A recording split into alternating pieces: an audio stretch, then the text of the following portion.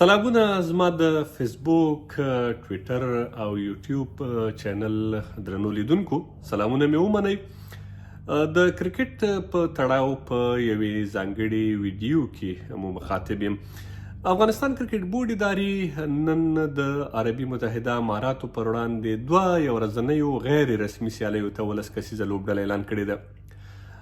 اعلان شوې لوبډله به حتما تاسو په رسنیو کې لیدلې وي او دغه راز زما په فیسبوک صفحه هم خپره شوې ده. په دې کې لومړنۍ د یادونې خبره دا ده چې په لومړي ځل محمد اسحاق رحیمي په نوم یو ځوان ته چانس ورکړل شوی دی. هغه ویکټ کیپر بیټسمین دی. هغه 2 ځل په نړیوالو جامونو کې د افغانستان د 19 کلنې ملي لوبډلې استازولي هم کړې ده. هغه په ټاپ آرډر او میډل آرډر دواړو کې لوبې کړې دي، خو نن سبا هغه په میډل آرډر کې توپ وهنه کوي. په وروستیو لیسټ ای کورنیو سیالیو کې هم د ویکټ کیپر په توګه ډیر ښه وځلید چې ډېرې ښې سیالۍ یې نندارې ته وړاندې کړي او لوبډله یې چې د بوست لوبډله وه اتلولۍ ته هم رسېدلې ده.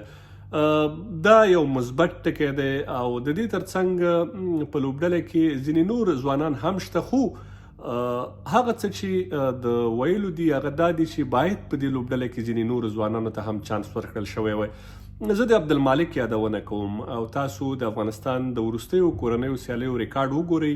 هغه په فرست کلاس کې، هغه په لیسټ ای کې، هغه په ټولو سیالیو کې ډیر ښه پرفارمنس کړی. هغه اوپنر بیټسمین دی، دنګ ځوان دی، د قوي مټو څښتن دی او های کوالټي بیټر یا بیټسمین ورته ویلی شو. د دې ترڅنګ ابراهیم عبدالرحیمزی یو بل لوبغاړی دی چې باید په دې سیالیو کې یا په دې لوبو کې غوره شوی وی. ابراهیم د نوي توپ یو ډیر غښتلی بالر دی. هغه کولی شي چې سوینګ وکړي یا دوو طرفو ته د ویکټې توپ تاو کړي. کله چې یو نوی بالر ته اټیک کوي، د هغه تر ټولو مهم سکل یا مهارت چې هغه باید ولري هغه د بال سوینګ کول دي. افغانستان کې شته دغسې بالران چې بال سوینګ کولی شي، خو څومره مهارت چې ابراهیم عبدالرحیمزی لري نور توپ اچونکي نه لري. د فاست بالر لپاره همدا ښه موقع وي چې د هغه په ځوانۍ کې له هغه نه ګټه واخیستل شي. کله چې یو فاست بالر عمر له 13 کلونو اوړي او هغه ته بیا چانس ورکول کیږي، زما له نظره هغه اغېزمن نه ثابتېږي.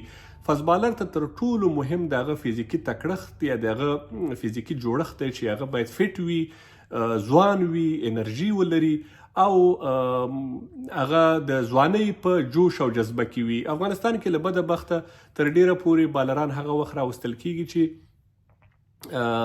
هغه له خپلې جذبې لویدلی وي. دا مهمه وه. د دې ترڅنګ بله مهمه دا وه چې نوید زدران یو بل فاست بالر دی. تاسو به په 13 انډر 19 کې لیدلی وي. یو ډیر ښه بالر دی، ډیر ښه هایټ لري، ډیر ښه پیس لري. هغه به یوه ډیره ښه جوړه وی د ابراهیم سره په دې سیالیو کې چې هغه ته چانس ورکړل شوی وی. د دې ترڅنګ علانور ناصري د ټاپ آرډر یو ډیر غښتلی بیټسمین دی، هغه ته اړتیا وه.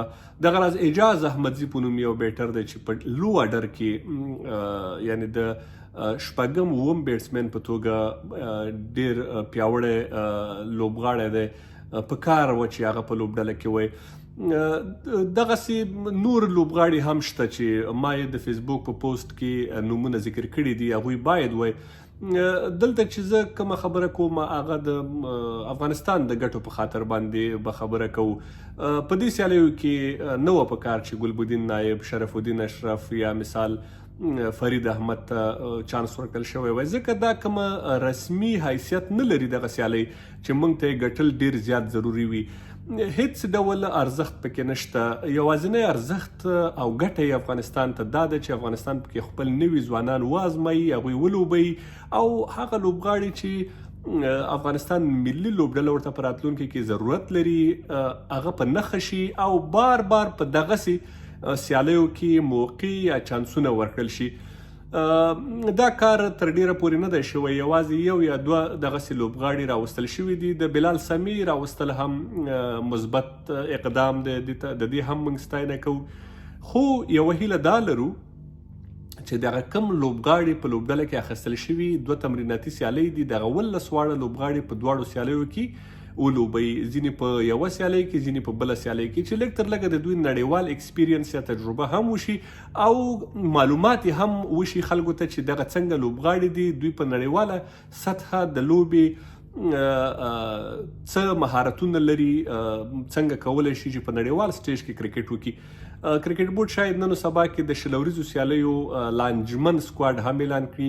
لانجمن ورته ځکه وایم چې د لوبډل مشر ټاکنه یو لانجمنه پروسه ده، لا هم کنفرم نه ده چې څوک به لوبډل مشر وي. نجیب زدران یادېږي، ابراهیم و ګربز دغه راز نوینو د دې نومونه یادېږي، خو لا داسې 100% کنفرم نه ده چې څوک به وي، ځکه راشد خان خو ټپي دی، هغه نشي کولی. راشد خان هڅه بیا دا ده چې هغه لوبغاړو ته له دې ځایه چانس ورکړي چې په راروان شلوریز نړیوال جام کې د ده په نظر کې دي او دی غواړي چې هغه په لوبډله کې وي. د راشد دخالت په سلیکشن کې همدا دی چې هغه لوبغاړي چې دی په ټرسټ باور لري او په نړیوال جام کې به افغانستان ته ښه ثابت شي، هغه باید په لوبډله کې راوستل شي. خو سلیکشن کمیټي به وګورو چې څوک غوره کوي. په کار ده چې په دې نوملړ کې هم ځینې نوموتي او ځینې ځوان با استعداده لوبغاړي غوره شي.